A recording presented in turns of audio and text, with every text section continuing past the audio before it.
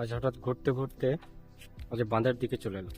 সাইডটা পড়ছে বীরভূম ডিস্ট্রিক্ট, আর এই দিকটা নদীর ওই পাড়টা হচ্ছে বর্ধমান ডিস্ট্রিক্ট। তো যাবো ওই দিকটাতে, যাবো না যাবো এই দিক দিয়ে। দেখো এই যে পিলার গুলো দেখতে পাচ্ছ না, হলুদ, মানে এদিকে ইন্ডিয়ান অয়েলের দিকে লাইট জ্বলছে, ইন্ডিয়ান অয়েল আছে। ওই ইন্ডিয়ান অয়েলের পাইপ গুলো এই সোজাসুজি বরাবর এইদিকে একদম গেছে। এই যে এই গাছটা দেখাবার জন্য আমি বলছি, গাছটা কত সুন্দর লাগছে গো। একটা যদি ছবি তোলা হয় না, সেই লাগবে দেখতে। এই যে এই দিক দিয়ে নামবো ভাবছি, কিন্তু স্লিপ করে যদি পড়ে যায় তো খুব সমস্যা হবে। হালকা করে নামার চেষ্টা করছি। আর এই দেখো সব ফুল কাঁটাগুলো, এই গাছটাতে খুব বিষাক্ত গাছ, কিন্তু এই গাছটা সব জায়গায় ছড়িয়ে যাচ্ছে এখন। যাদের বলে হাঁপানি রোগ আছে তাদের এই গাছটা খুব খারাপ। এখানে নিম গাছও আছে, না, এটা বলে বাবলা কাঁটা গাছ।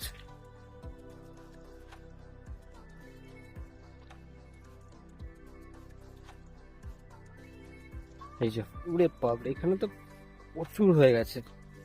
এই দেখ এই দিকটাতে প্রচুর হয়েছে, একদম লম্বা সারি সারি হয়ে গেছে। কিন্তু যাবো কোন দিকটাতে? ওই দেখো, এই জাম গাছটা ভেঙে গেছে গো, সমস্যা এখানে। এই দেখো এই কি যে পিলার, অনেক কিছু লেখা আছে এর মধ্যে, যে ওয়ার্নিং দেওয়া আছে এখানে কিছু খনন কার্য করা যাবে না, এই সোজা সোজা।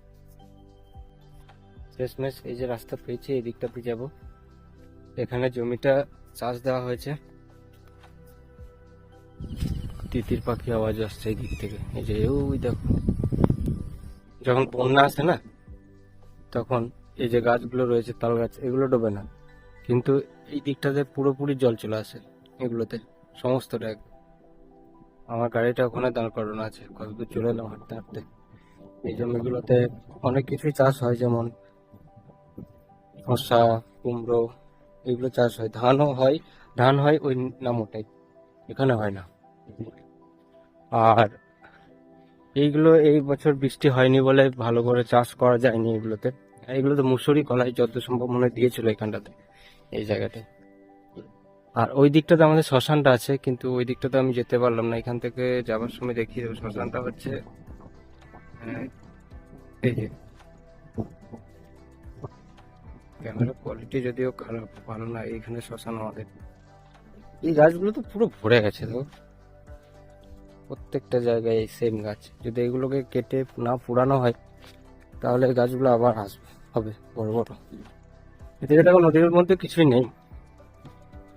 এই যে যে পরিমাণে বালিগুলো তুলছে এই লরির মধ্যে, পুরো মাটি বেরিয়ে গেছে। এগুলোতে যা বালি ছিল আগে, কিচ্ছু নেই। ওই দেখো একটা গাড়ি, ওইগুলো তো বালি তুলছে, এইদিকেও তুলছে, না তোলা নয়। এখানে একটা মজা দেখো, দুপাশে তাল গাছ, মধ্যখানে নাড়া, নাড়া তাল গাছ। এই জায়গাগুলোতে না আগে যখন শ্মশানটা ছিল না তখন মরা পোড়ানো হতো। আমাদের হিন্দুদের সমস্ত সব দেহ এনে এই বালির মধ্যে কাঠ চাপিয়ে যেভাবে দাহ করা হয় সেভাবেই দাহ করতো। এখন আর সেটা এখানে নেই, কারণ এখন শ্মশানে ঝিলের মতন হয়ে গেছে, তো ওখানে এখন পোড়ানো হয় বা দাহ করা হয়। এই যে দাঁড়িয়ে আছে এখানে, যে হাওয়াটা দিচ্ছে নদীর ওখান থেকে, সেই লাগছে, খুব ভালো লাগছে।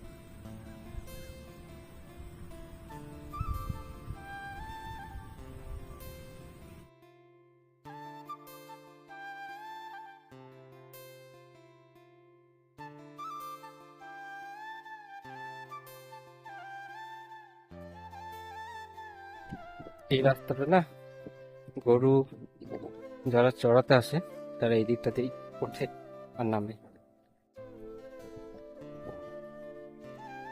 এই যে, সব গল্প শেষ করে দিয়েছে।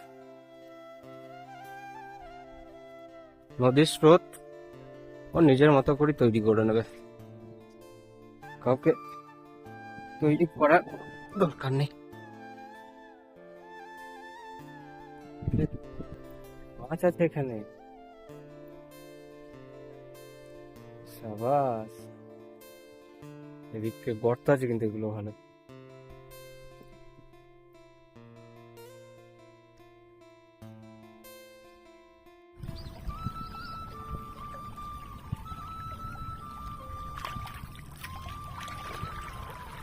জলের স্রোতটাও ভালো আছে, প্রেশার আছে জলে।